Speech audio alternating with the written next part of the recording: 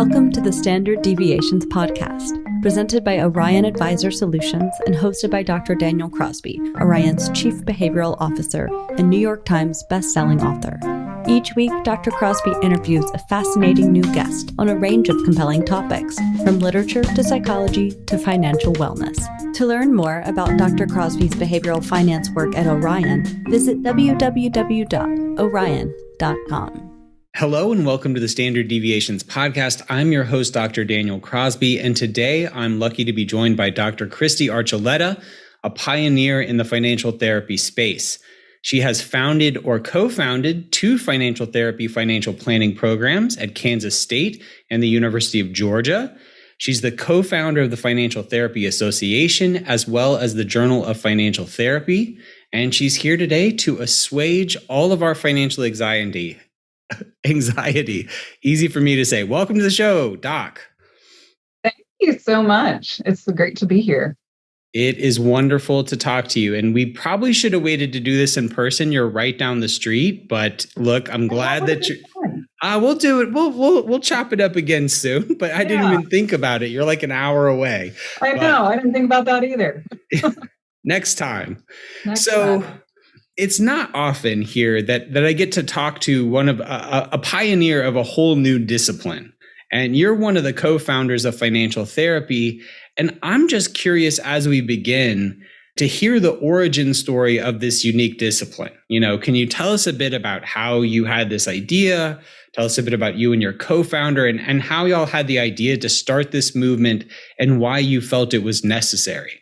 Yeah. So financial therapy really started just the discussion about it with several different people across the country.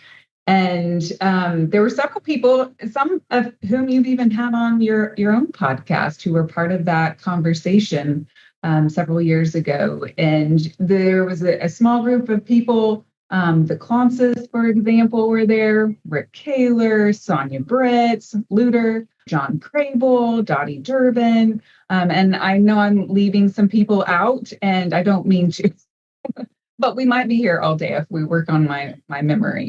So anyhow,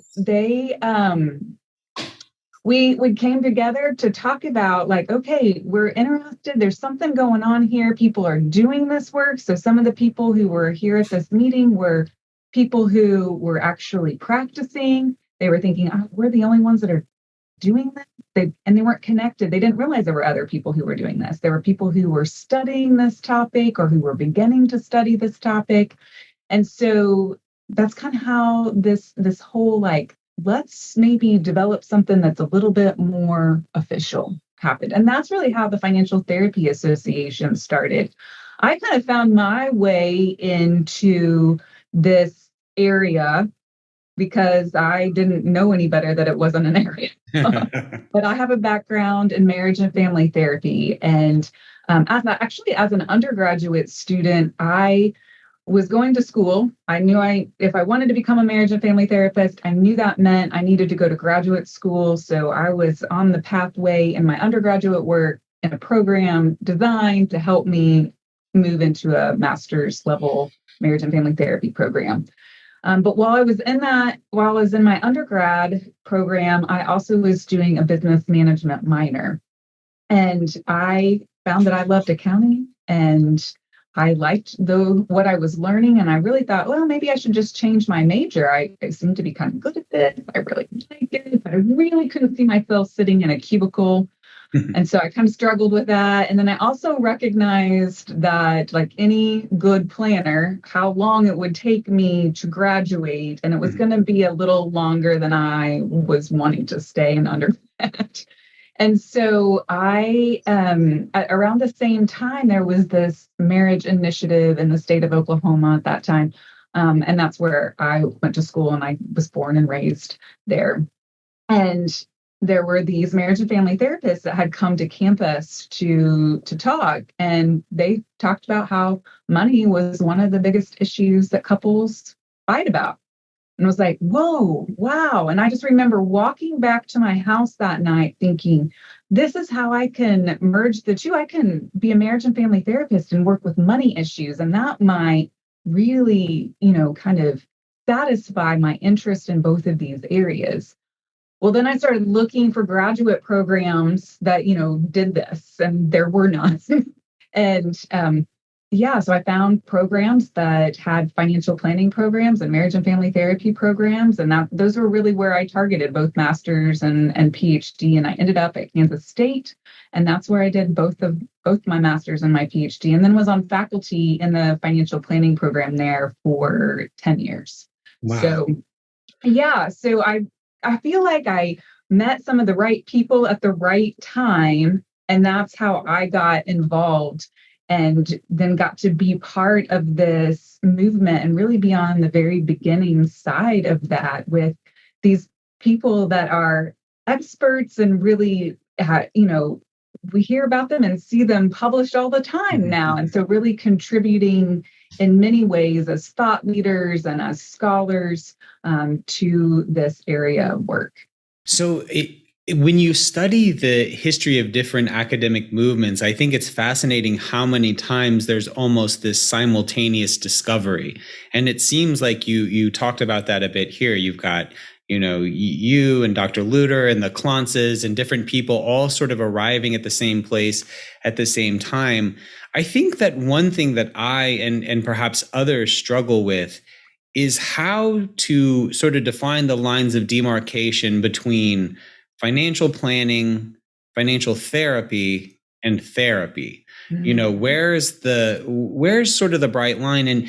And is this the kind of thing where a financial advisor who, many of the folks that listen to this show are advisors, should financial advisors be looking to make a referral to a financial therapist for counseling?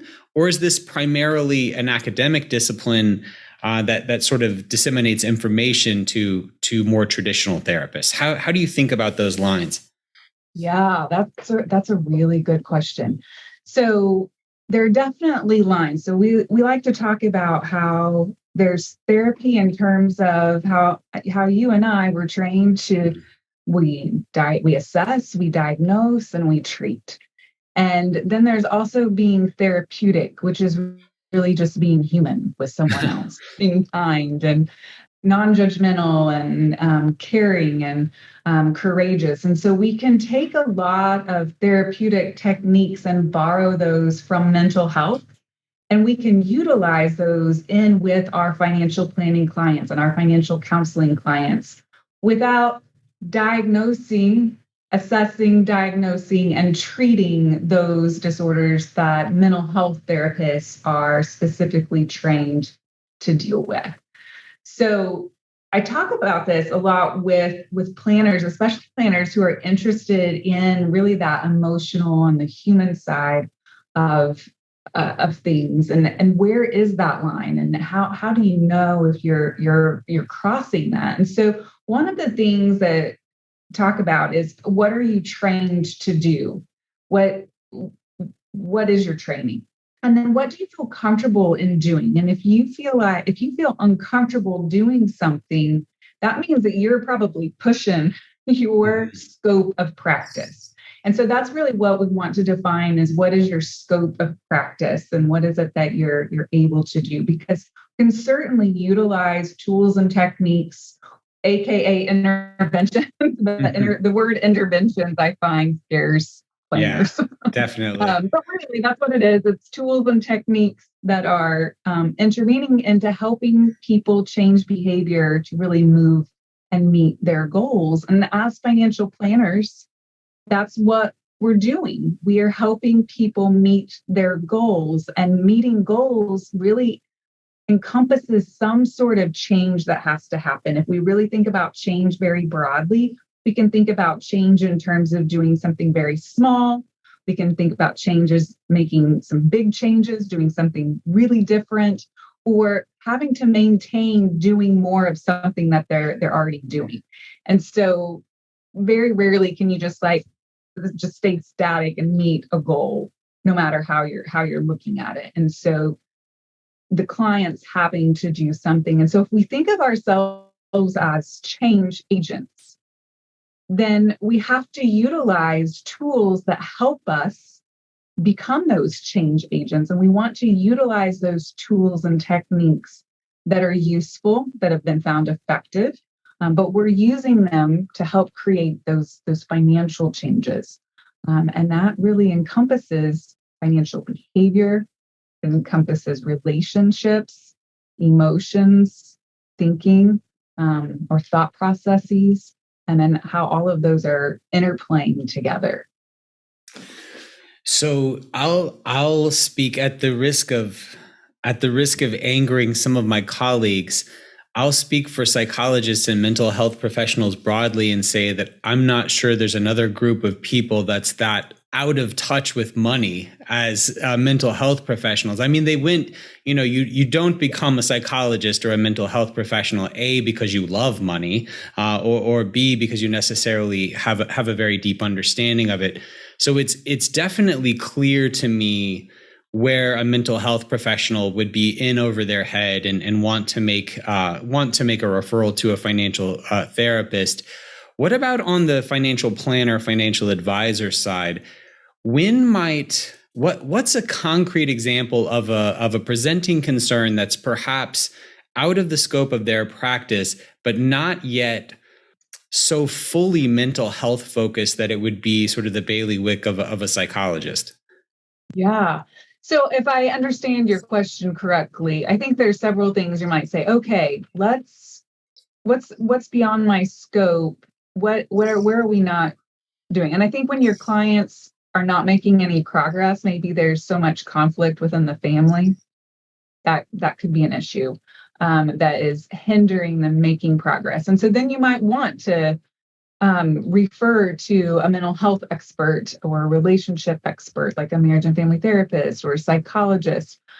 When there is a lot of anxiety or stress happening that's getting in the way of the client, maybe even following through or following up on something, that might be saying, oh, maybe we need to ask someone else or call in or refer or collaborate, whatever that looks like. There's several different models that have been written about in terms of how we can effectively work with another professional from a different discipline. But depending on how that works. But sometimes that actually could be like, okay, maybe we're not going at the pace that the client needs to go at. So we need to really reflect on what it is that we're doing as planners in order to help our clients make that progress forward. So how are we contributing as the professional to the anxiety and stress that the client might be experiencing? Problematic behaviors, like for whatever reason, this has come up a lot this week, but overspending. And so just overspending, like spending either outside of the budget or just not having a real clear way in which you're organizing your cash flow. And so you just spend, or just spending way too much, maybe on big ticket items or to connect or be within a certain social circle. Yeah. And so how do you address those issues? That can be difficult as well.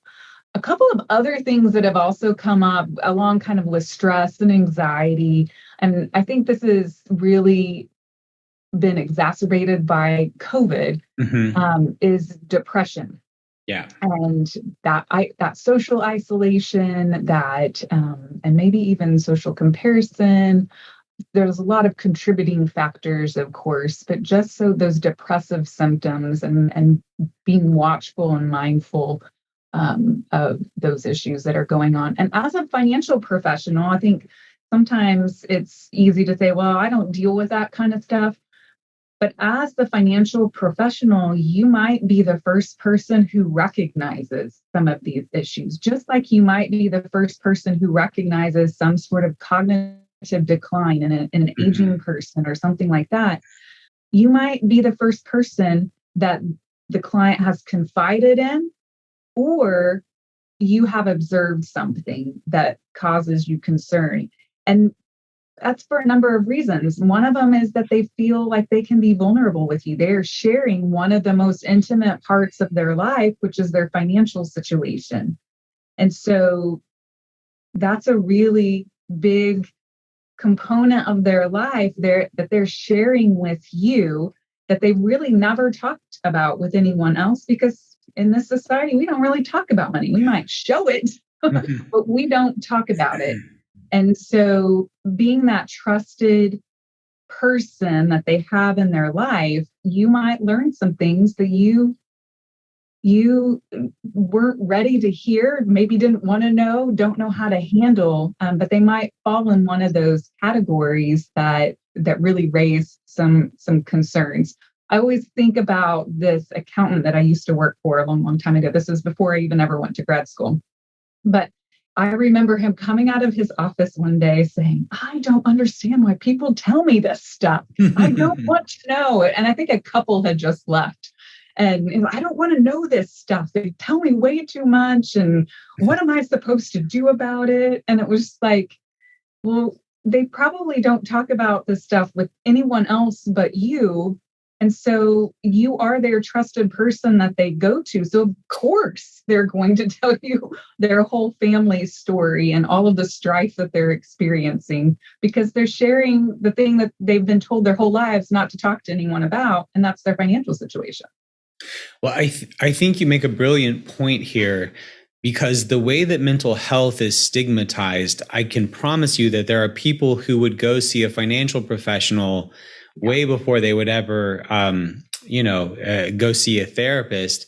And, I say often that a quarter of all visits to a general practitioner result in a referral to a mental health practitioner, just because the linkage between the mind and body is so direct and there's so much overlap there. I mean, the same could be said about money. Money touches every part of our lives. It's very consistently the number one stressor in the lives of people all over the world. WebMD had a study out this month that says 84% of Americans are extremely stressed, and the number one stressor was inflation.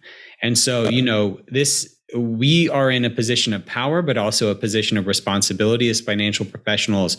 And I think a lot of times we are that first line of defense, and we need to read the work of folks like you and your colleagues to understand when we're out of our depth and when to make those referrals. So, speaking of your work, I ask you this question, what work are you most proud of, right? And I ask you what you were most proud of, and you said, oh, geez, because you're not a very proud person. And even though you've made this enormous contribution to the literature, I'm not sure you're the kind of person to sort of beat your own chest. So you were kind enough with some arm twisting to send me 3 wonderful articles that you were proud of. And I want to talk about those for the next little bit. The first of these has to do with solution-focused therapy. Now, solution-focused therapy is something that enjoys a lot of cachet and respect within psychological circles. It's very intuitive and sort of practical when you explain it, but I don't think it's something that the average listener will know about. So can you give us just a high-level overview of what solution-focused therapy is, and then how you found it was effective in your particular study? Yeah. So excuse me. So solution-focused therapy, I'll preface this with that I love to teach solution-focused because I think it's one of the easier mental health approaches to teach to others. Yes. I teach our students who work in the Aspire Clinic here at the University of Georgia how to utilize this approach when they're working with clients. And they get to work with real life clients, and so they actually get to implement this approach. And I've taught students at Kansas State when I was there this approach, and I love talking to financial professionals because you can really take some of the tools from this approach and easily implement them. But I love the whole approach, and I love the premise behind it. And like you mentioned, it's a very practical approach. It's actually developed from addictions center or in an addiction center by Insoo Kim Berg and Steve DeShazer many decades ago in the early 80s. And the way it was developed was by observing how the professionals, the mental health professionals, were working with their clients and what made a difference in those clients being successful in their goals. And so one of those things that I particularly think is helpful and different than many approaches is that it's a very strength-based approach. It's not looking at deficit, but it's looking at strengths. And so the way in which questions are worded are from a strengths-based approach. And so we'll talk just a minute about a couple of the tools that make it look like that. It has some very practical principles and assumptions. I won't go through all of them, but some of my favorite ones are, if it doesn't work, then do something differently. I think as someone who works in academia, I see us like we love to hit our heads against the wall and keep doing the same thing over and over again. But let's stop that and let's do something different. And I think our clients are very similar in many cases. It's just hard to get out of that rut sometimes. If it works, do more of it. So we're really going to emphasize like, hey, what are those small things that are working? And let's try to implement more of them and do more of that for your own benefit. And so those are a few of the principles and assumptions that drive this approach. There are a couple of techniques that you may have heard of, your listeners may have heard of, maybe on previous podcasts of yours. But one of the hallmark tools is the miracle question. And the miracle question is really, when it's asked right, it takes like a whole hour to do this, if not more.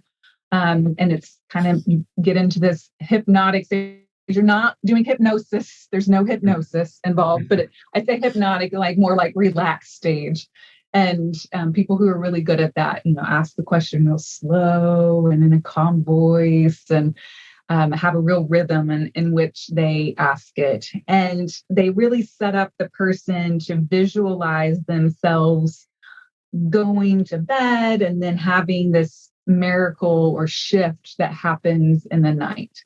And so the shift that happens in the night can be, you can specifically word it to be around their financial situation, or you can just ask it like Steve DeShazer and Sue Kim Berg did and say a miracle occurred in the night. And then when you wake up, how would you know things are different? And so it's all about like recognizing, like, how are you different? What are you going to be doing differently? How are others around you going to recognize in you that this shift has occurred? And so we get into things like, well, I would feel relaxed. I would feel less stressed. I would feel present with my family. I would feel less distracted. I might be excited or hopeful. And so then we get to start building what that looks like for that person and what that means. And so they're really taking ownership of what almost like a dream would be if something were different. And so we did use that question in an early study that we did as part of the approach. But then in a more recent study, a recently published study, it actually took a long time to collect all of the data. Know how that goes. Yes, exactly. And it was fun because actually from cohorts of PhD students at Kansas State and a class that I was teaching. And so it was really cool to be able to watch the students do this, keep fidelity to the spirit of the asking the questions. But in that approach, we actually asked what we call the best hopes question, which is really like, how would you know if your best hopes have been realized? Or what are your best hopes for your financial future? I'm asking it backwards. Sorry. What are your best hopes for your financial future? And then you follow that up with, how will you know those best hopes are realized? And again, then you're asking other follow-up questions to kind of probe that information. And so that particular study was really designed to help clients develop goals. So, a lot of times we ask, well, what are your financial goals?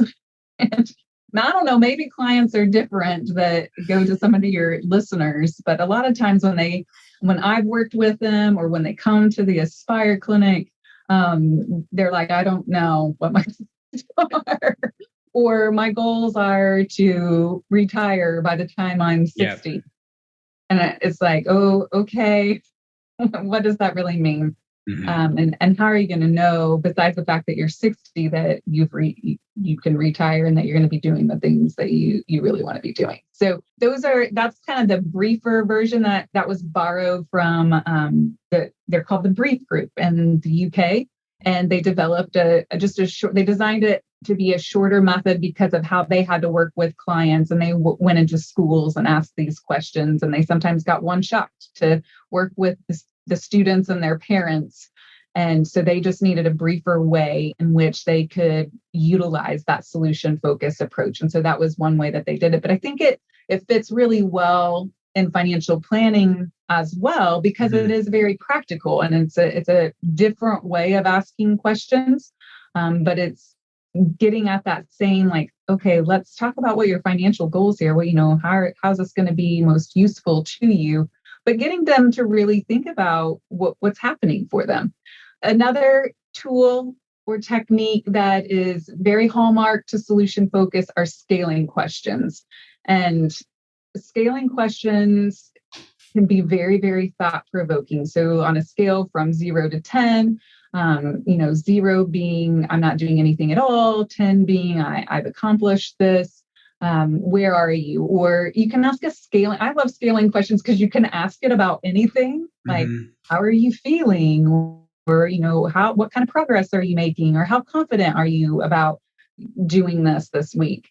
And so it's a great tool that's really where one of the strength-based assumptions comes in, that you're asking, okay, you might say, oh, I'm a 4 on my ability to save every month so that I can reach my goal. Okay, well, 4 might not seem so great, but why are you a 4 and not a 3.5? Right. Or why are you a 4, not a 3? Because you want to capture what is it that they're already doing, right, that is getting them a little bit closer. And then you can utilize that, like, okay, so how can we take the fact that you're able to, earmark this amount, what else do you need to be doing? And why is that so helpful? And why is that so useful? And that's amazing that you're able to do that. So especially when it comes to finances, people don't know what they don't know. So they don't come in with a lot of financial knowledge typically.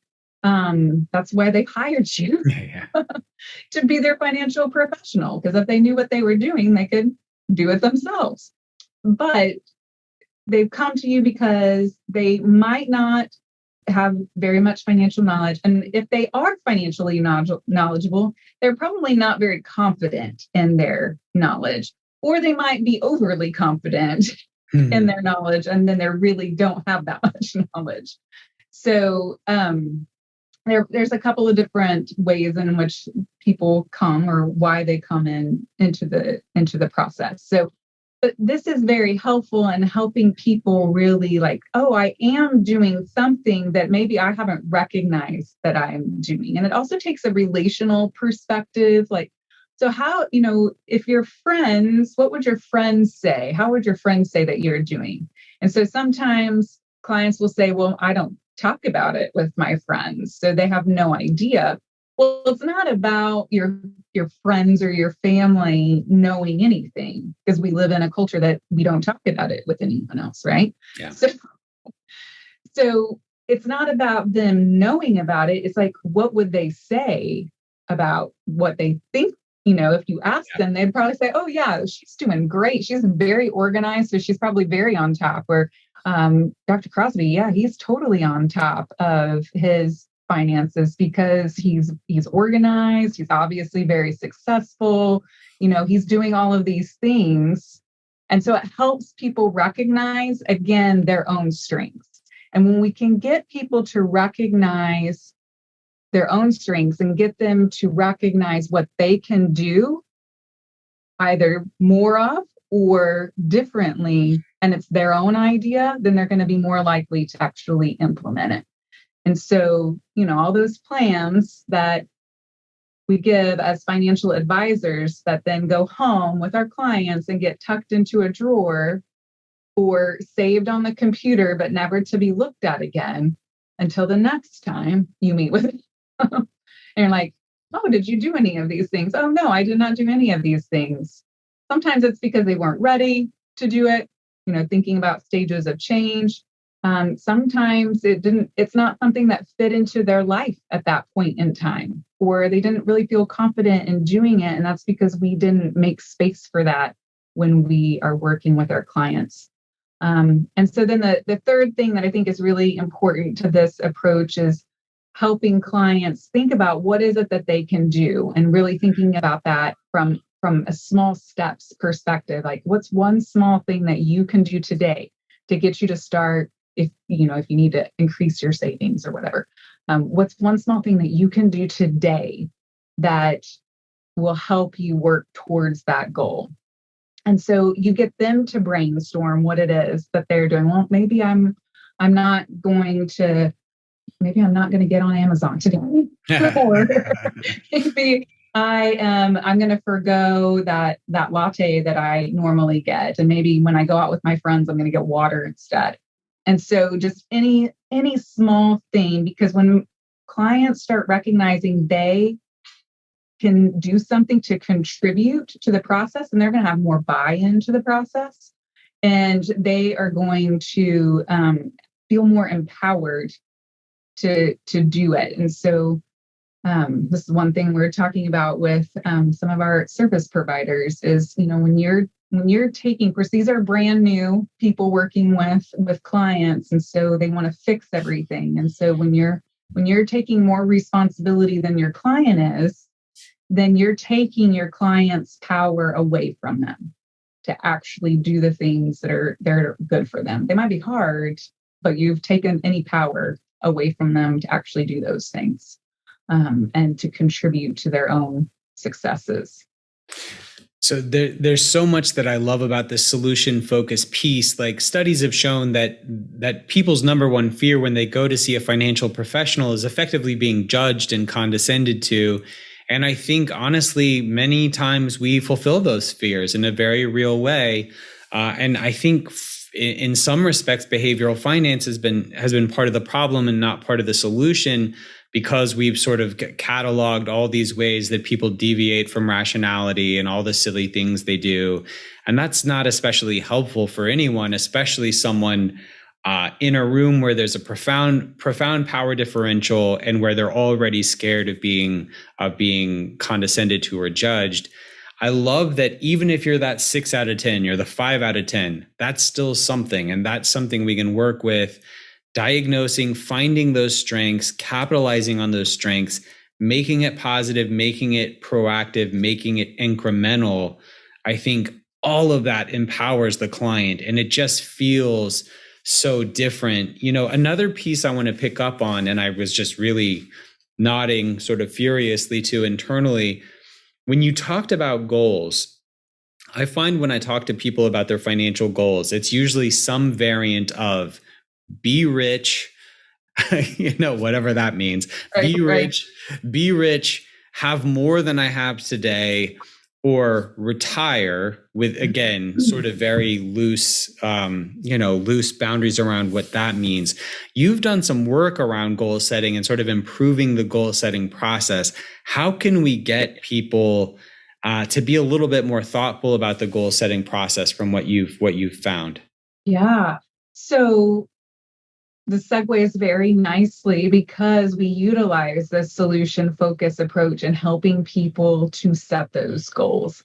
And so when they would leave, interestingly enough, this is what we found, is that their financial anxiety was reduced, significantly reduced. Their financial stress was significantly reduced. Their financial well-being increased. And they were actually more likely to want to refer someone to a financial professional. So it's hard to say. What we can't say is what about the specific questions that we asked, because we were using kind of this template. I called it a guide, because it wasn't like you were reading every single word. You kind of made it your own, but you were asking in the spirit, and you were asking some version of this solution focus question that was on this paper. So what we can't say is what exactly about that approach worked. We just know that we did those 3 things that we talked about. We did best hopes. How are those hopes going to be realized? We did scaling questions and we did small steps. And we asked a couple other questions that were in alignment with those as well. But that's what we did. And so clients were able to create those goals and left a 20 to 30 minutes feeling like, hey, this has really reduced my anxiety. And maybe it was anxiety about going to a professional and what I thought that experience would be like. And we also did this with clients that were from all different walks. So from lower income to higher income to lower net worth to higher net worth. So there was a real mix of people that were in here. We were at a university, and so there were some students and family students that were, family clients. But then there were a lot of non-family clients as well. And so, yeah, it's something about the way in which that was framing, like you talked about, that non-judgmental. It's very empowering. Really helped clients to more clearly visualize what their goals were and articulate those goals. But at the same time, they left having, feeling a major difference in themselves. So does the miracle state become sort of the proxy for the goal, and then the delta between the current state and the miracle state gives you a sense of those first incremental steps to take? Do I have that right? Yes, exactly. So I'm sorry if I jumped over that, but yes, yeah. So the miracle question is really all about, even when you're utilizing it in the mental health field, you're utilizing it as a way in which you're helping clients to create goals. And so that's why it takes some time. If you're using the miracle question and you're asking it in the way that it was really intended, that's why it takes so long, because you're going from you wake up and, how are you going to know this shift happened? So we're looking at what's internally happening to you. How is that different? And then, what are some things around you that's going to have shifted as a result of you being different? And so when we ask about, shifts in financial situation, then they're also able to think about, how would my life be different? And so they might actually want to respond with, I would have won the lottery, or some sort of, or inherit a whole lot of money from my long lost uncle. Yeah. But those are unrealistic. And so those happen in mental health too. And so we just have to be prepared. How do you respond to unrealistic ideations like that? And there are mechanisms in which you deal with that. But the best hopes also replaces that miracle question in a little shorter version of it. But the idea is what are your best hopes? What would that look like? And you have to really dig and help clients really get a picture of themselves, of what they would feel like, what they would be acting like, and then when you're able to get I'm going to feel less stressed, I'm going to be present with my family, and I'm going to know these things because maybe I'm at home more. Or maybe, I have enough money every week, or I'm being able to put aside so much. And so they can articulate those, but that comes also as part of some of that those brainstorming pieces of how they can contribute to the solution as well. Yeah, it's so incredible to me. It will never cease to amaze me how a relatively simple thing can have such a profound positive impact. I mean, for the financial professionals listening to this, if you could reduce anxiety and increase your referability in a 20-minute intervention that's easy as can be, I mean, why would you not? It's the power of some of these things. It's if we just take the time and sort of have the eyes to see their value. We don't have tons of time left, but I am not going to let you get out of here without talking to me about fuzzy trace theory. So I read this and I got to say, I have never heard of this. You wrote a paper last year that took a really interesting qualitative approach to measuring risk tolerance. I've just been working on a big risk tolerance project at Orion, so it's very top of mind. You have to tell us about fuzzy trace theory and its relationship to risk tolerance. Yeah. Okay. So I have to preface this to all of your listeners. I said that to you as well. But I am not a risk expert by any means. That is not my area. But this is a project that came to me, and I'm so excited to be a part of this project by a couple of people who were my students at the time. And so actually all the people on the paper were a student of mine at some point. And it started while we were at Kansas State, and Megan Lertz actually is the one who brought it and said, will you work with us on this? And I said, okay, don't really do risk. And she's like, well, we're really interested in like qualitative. I'm like, but we don't know anything about it. So I'm like, okay, I can help there. We can do some mixed methods, and that would be really, really cool. And so that's how we designed the study, is mixed methods. And I think that's just like a huge contribution to some of the risk literature that's out there, at least what I'm aware of, that really takes a little bit deeper dive in terms of why we might be seeing what we see.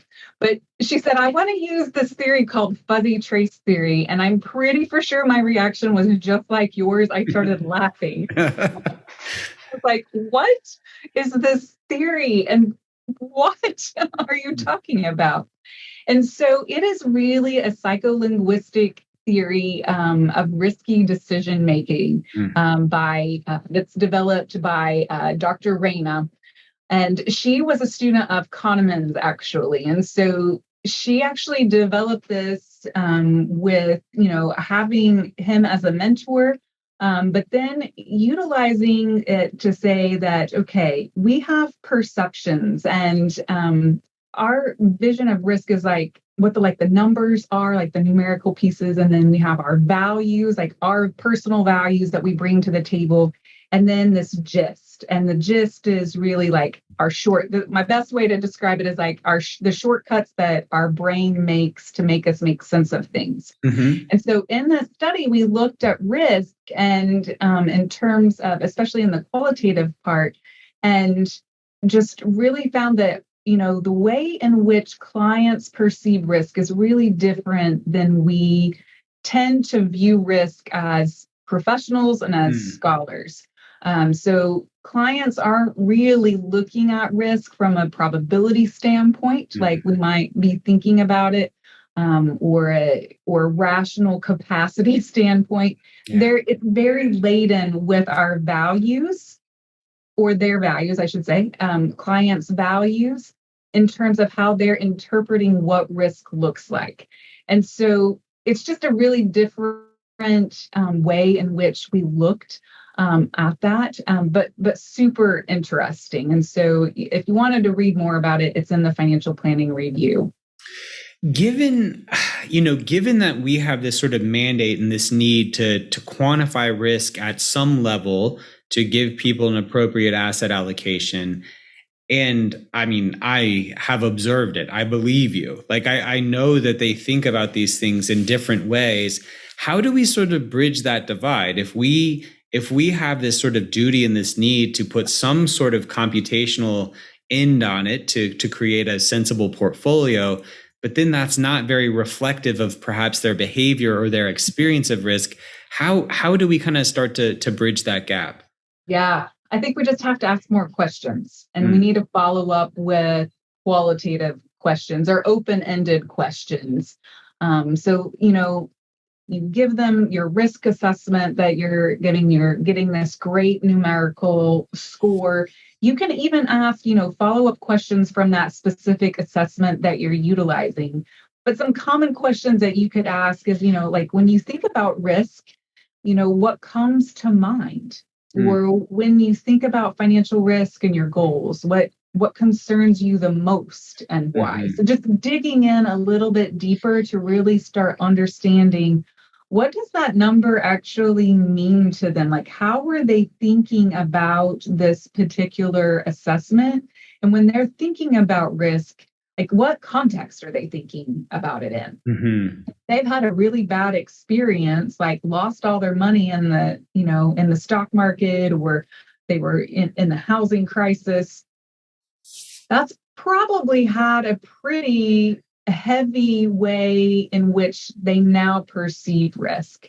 that might be different than what it was before. So that those experiences are really huge in terms of how people perceive risk, which is why maybe what they think and how they behave might not seem to be congruent. But if you can fill in what that gap is, then that starts to make a whole lot more sense in terms of like, oh, they say that they're really, they have a really high risk tolerance, but they don't behave that way when the stock market takes a little dip. They become really anxious and stressed. So just starting to get an understanding of what that means and what that looks like. Asking about those experiences. So like, tell me about a time when you've been considering taking a financial risk. What was that like for you? What made the situation risky, or how did you respond to financial risk? So tell me about that. Just tell me more. Explain, what it is or how you responded to this particular item that might look really incongruent. How they responded to it in terms of others. Yeah, I think it's such important research because we can't be satisfied with the results of especially some of these very cursory RTQs that give us, that perhaps give us some basic insights into how to allocate their assets, but perhaps give us very little insight to their emotional state or to their behavior or how they think about risk in a practical way. I could talk to you about this for another hour, but I do have to jump to another meeting. But before we go, though, just want to say thank you. Thank you for your foresight. Thank you for your vision and all the work that you've done to lay the groundwork for financial therapy becoming what it is today. If people want to read the work that you're proud of, where can people find your work and learn more about your thinking? Sure. Yeah. So probably the best way to find me is either on LinkedIn, or you just go Kristy Archuleta and you will find me at the University of Georgia, or on our university faculty site. So they have a list of publications like we're all supposed to be putting up there, and you can go find those. Most of them are probably accessible via Google Scholar. Yes, perfect. Dr. Kristy, thank you again for joining us today, and keep going. All right. Thank you so much. This was fun. Thanks for tuning in to Standard Deviations. If you can't wait till next week for more behavioral finance insights, visit www.orion.com. All opinions expressed by Dr. Daniel Crosby and podcast guests are solely their own opinions and do not reflect the opinion of or endorsement by Orion and its affiliates, subsidiaries, and employees. This podcast is for informational purposes only and should not be relied upon as a basis for legal, tax, and investment decisions. The opinions are based upon information the participants consider reliable.